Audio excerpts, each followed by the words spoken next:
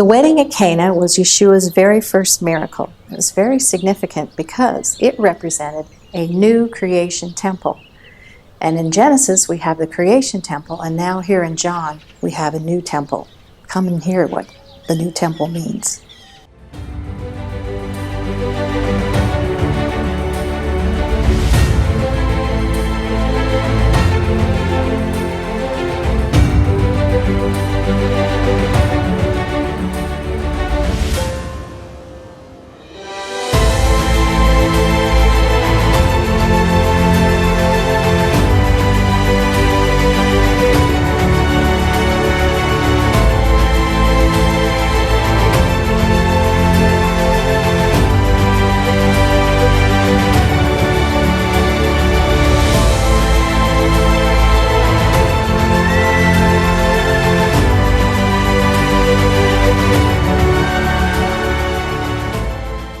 Shalom, I'm Dr. Dina Dye with Foundations in Torah. Welcome back to this series, The Kingdom in John's Gospel.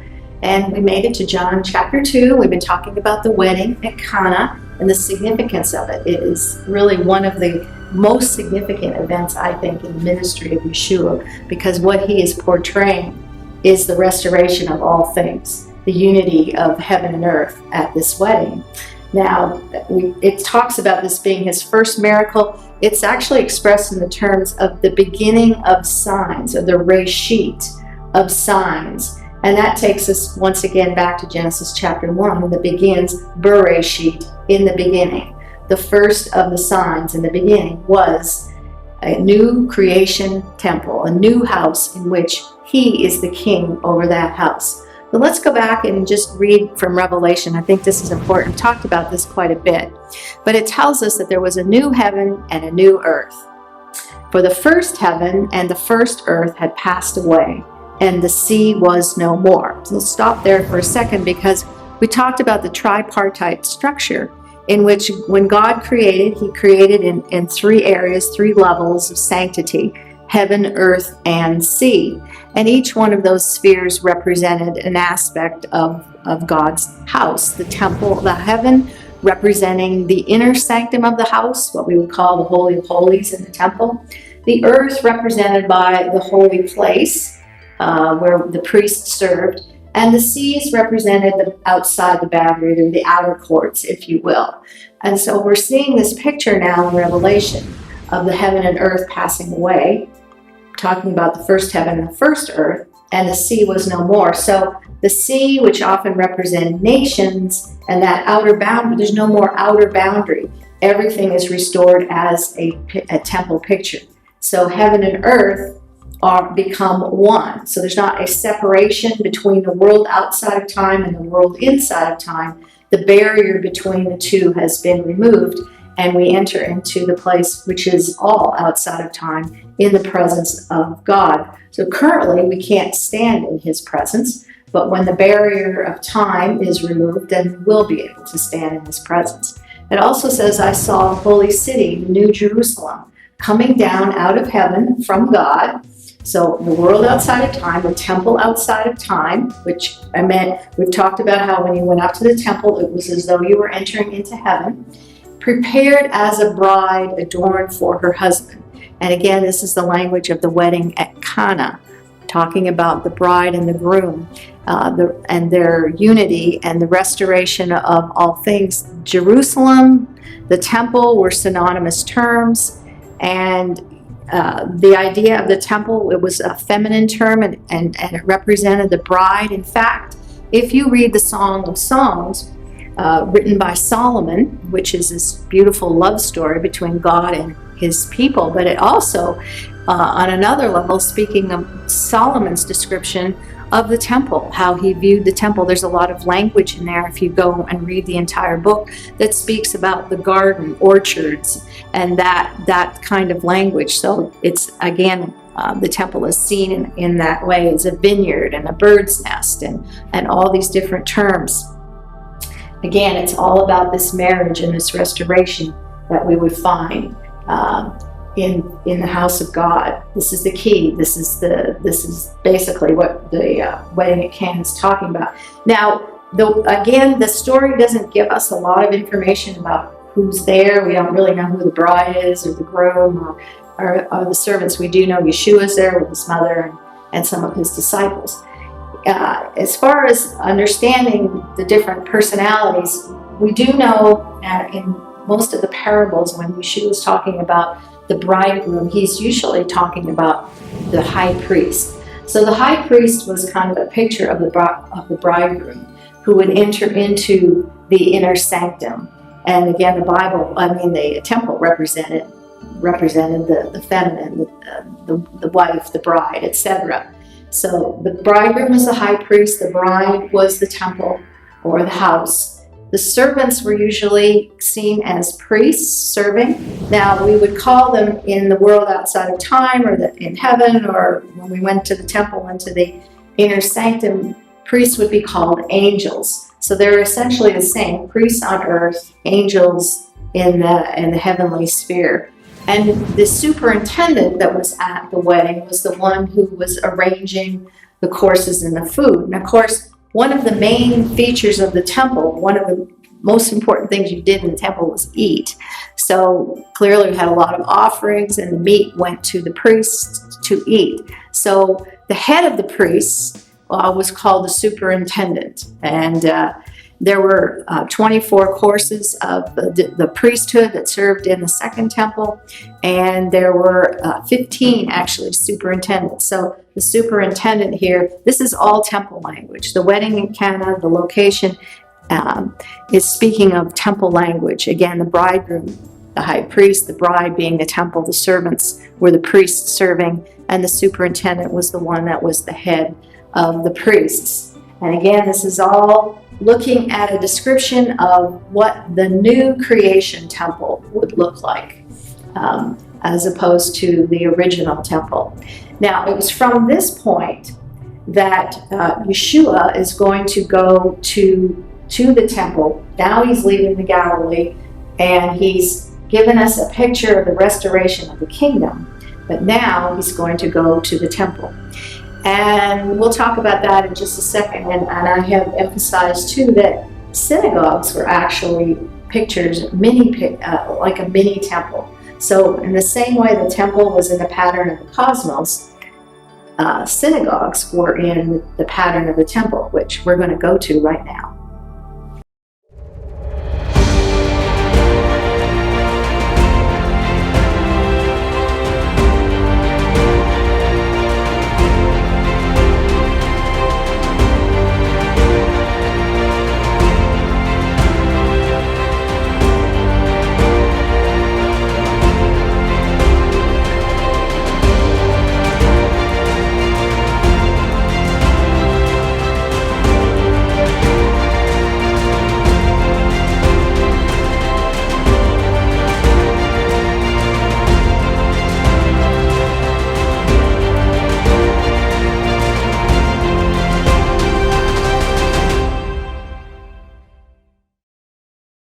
Here we are back in the synagogue in the Galilee, and at the same time, Yeshua is leaving the Galilee from the wedding, and he is heading up to the temple in Jerusalem. And of course, this is Passover time.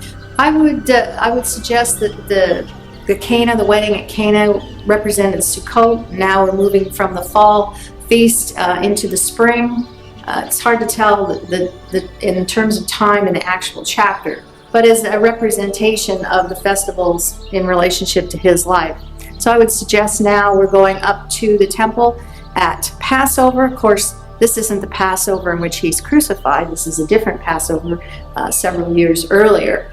But he is now established as king. The wedding at Cana basically was a coronation element into which he has been raised up to be king. And so now he's going up to the temple at Passover time in that authority as king.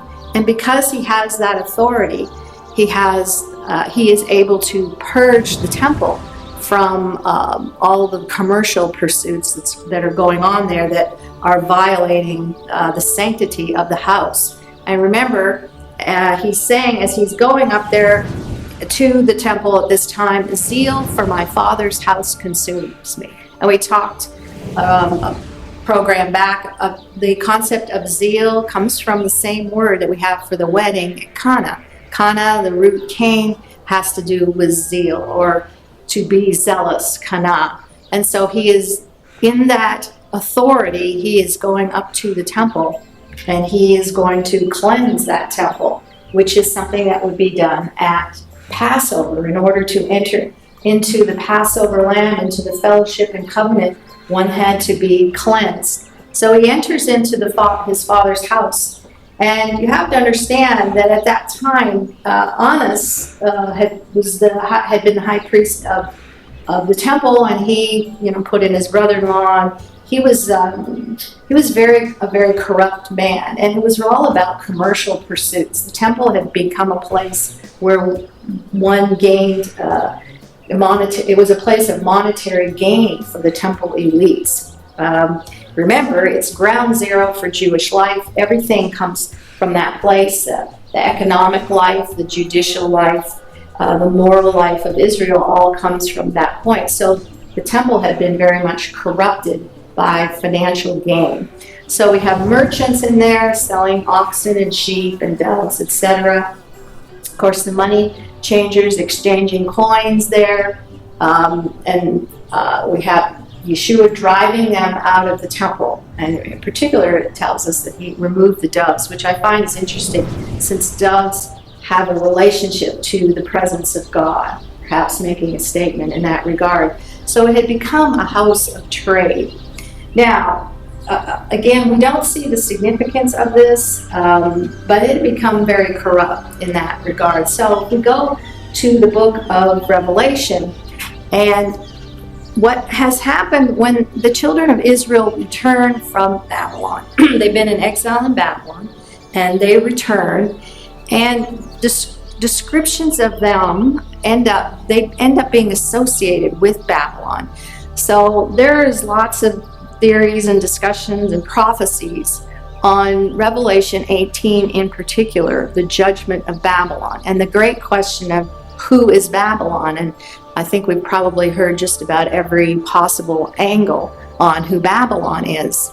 Mystery Babylon, people say the church, the Catholic Church, Islam, whatever. But in the context of Revelation and associated with the first century, Second Temple period, the corrupt Israel had been described as Babylon. They had become where they were exiled and where they lived, they had become like that. So when they came back to the land, oftentimes they were, in their corruptness, they were referred to as Babylon.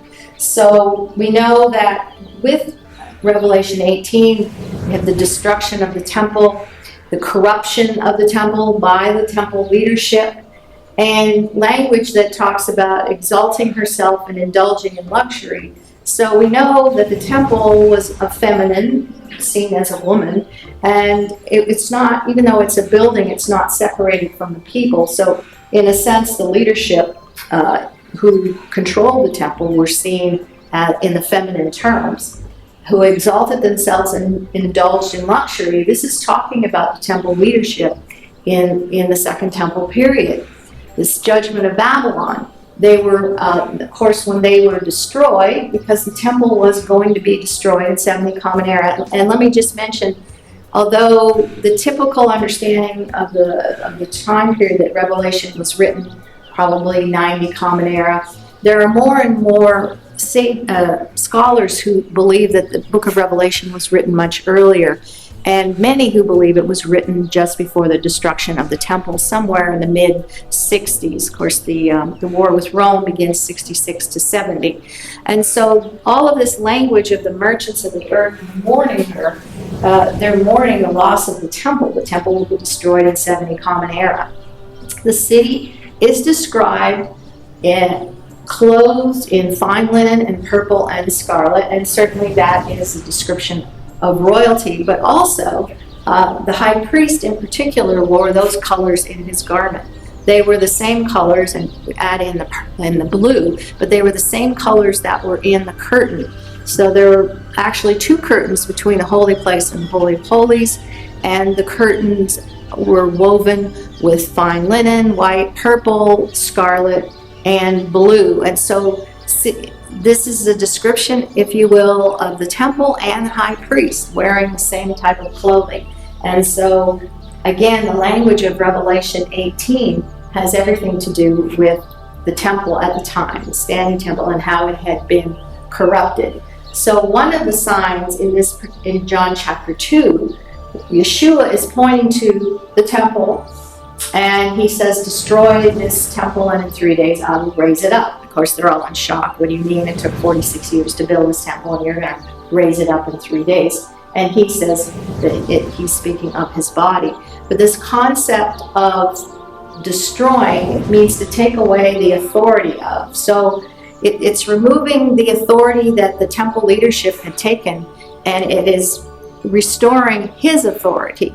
So we've talked about how Yeshua, at the wedding at Cana, was really speaking of as a part of a coronation ritual. Yeshua raised up to be king, taking on that authority and leaving the Galilee and heading to the temple, walking in that authority and the sovereignty of king.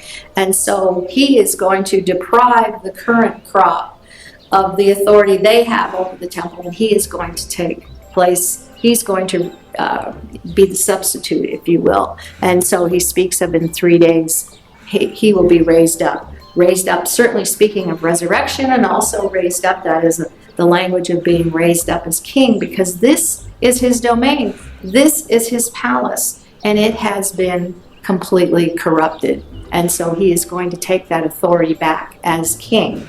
So again, one of the things he says is that the temple he equates to his body. One of the Hebrew words for the temple itself was called the Chechal, which in the second temple included the porch, the holy place, and the Holy of Holies, those three domains. And this is the essence of who his body is. It is a physical house. It is the house where he will rule and reign from. It represents his body, and then it represents the body of Messiah. You can't really separate all these different elements. They really are one and the same. But this language of raising up his body is speaking of new creation, the restoration of creation, the new temple, if you will, and all tied in terms of resurrection and his kingship. And I can't stress that enough. So as we've kind of talked about the main elements in John chapter 1 and 2, and we'll be moving into chapter 3 to talk about the concept of born again in terms of kingship.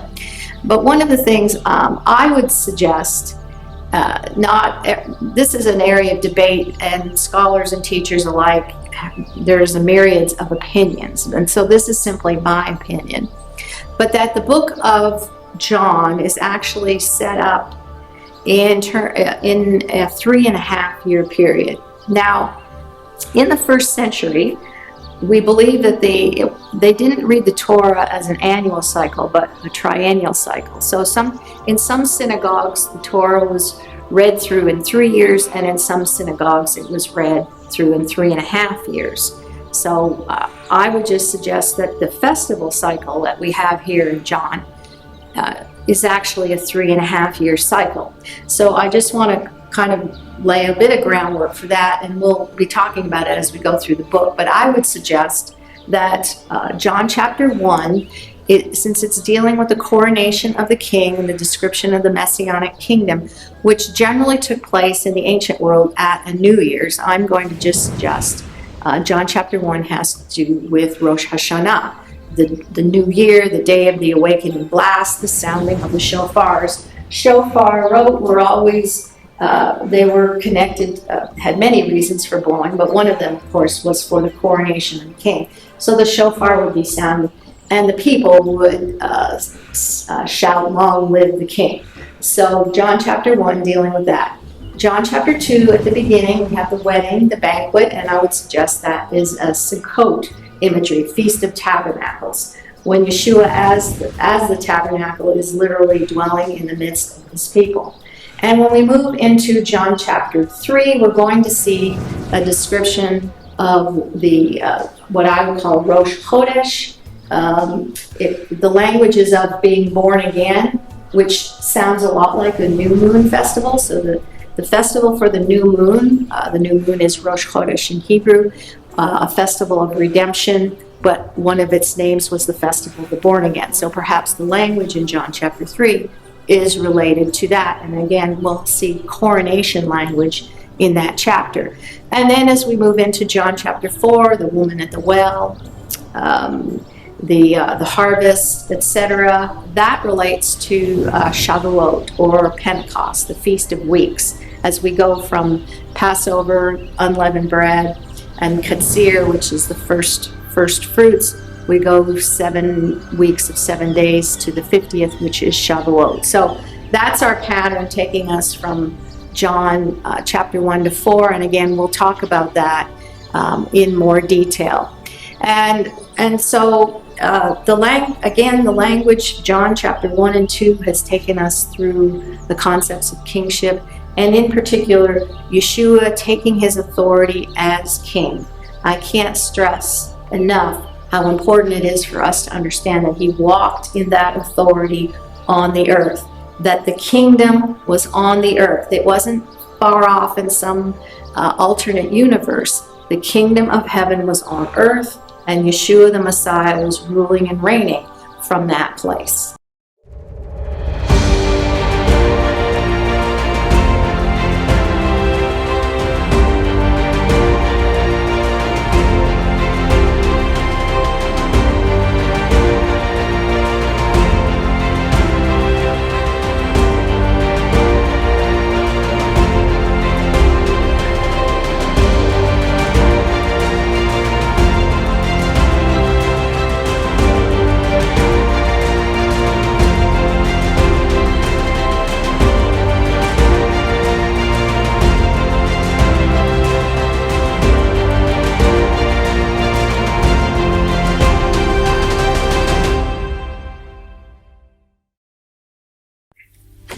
So we've talked about John chapter 1 through 4, and we've concluded chapter 2. We've seen Yeshua at the wedding of Cana going up to Jerusalem. Zeal for my Father's house consumed me. Destroy this temple in 3 days, I will raise it up. And so from there, we're going to move into John chapter 3, which I would suggest is a festival, Rosh Chodesh, the festival of the new moon. Now, the new moon festival isn't quite as popular now as it was at the time when the temple was standing. That particular festival was a big deal. There is a lot of very cryptic language in John chapter 3. If we don't understand the context, a little bit about the culture and the language, we can make up all kinds of stuff about being born again. This is not something we are that familiar with. So one of the things, I'll probably just introduce the concept of the John chapter 3 and the born again. We'll go into it in a lot more detail in our next session, but we'll just lay a bit of a groundwork here. Again, this relates to the new moon festival, which was called the festival of the born again. And Yeshua says that unless one is born again, he cannot see the kingdom of heaven. Unless one is born of water and the Spirit, he cannot enter into the kingdom of God. Now that just sounds very cryptic, very sort of otherworldly, and I think we have to try to find a sort of concrete meaning to this. And so, yeah, we walk around, are you born again, are you born again, but we don't really even know what that means, not from the cultural and historical context of the first century. Now, let me just quickly mention in terms of kingship, how they thought about a king coming to the throne and seated on his throne in his inner sanctum was that when he was raised up, he would go through the process of coronation, and he would come from earthly parents. So a king would be born to a family, and as we see, for example, in the story of David, maybe that's an easier way to understand it. David, of course, was one of 8. And so he was born to Jesse, that was his father. He wasn't even in the same line as Saul. Of course, Saul was from the tribe of Benjamin, and his son firstborn son was Jonathan, so he should have been the king. And of course, we have a trade-off there when God is going to ordain David. But David, of course, was born from earthly parents. He was served as a shepherd. Interesting that shepherds in Mesopotamia, for example, were actually leaders or rulers. And so David was going to be the one crowned king. So when he was born of natural parents, but when he was raised up to be king and anointed and entered into the palace, the temple, and to be seated on the throne, he was born again to heavenly parents.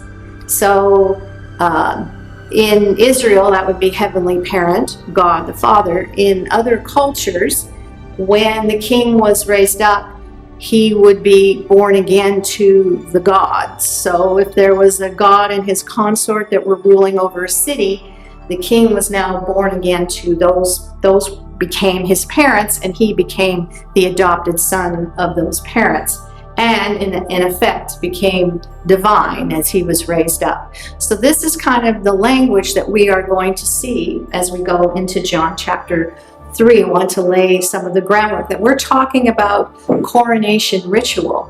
So Yeshua, after he's taken authority, and as he's entered the temple to cleanse the temple, to restore it to its original state, a state of higher level of sanctity. And now we see elements in John chapter 3 of coronation language, that unless one is born again, he cannot see the kingdom of heaven. And unless he is born of water and the Spirit, these are elements of immersion, he cannot enter the kingdom of God. And so the idea is you must be born again. So if we're priests and kings, then we should be born again in the context of kingdom, in the context of kingship. That is our connection point here. So I've just given you a bit of an introduction to John chapter 3. We're going to we'll come back and we'll look at it in more detail next time, and I'll see you then. Thanks for joining me. Shalom.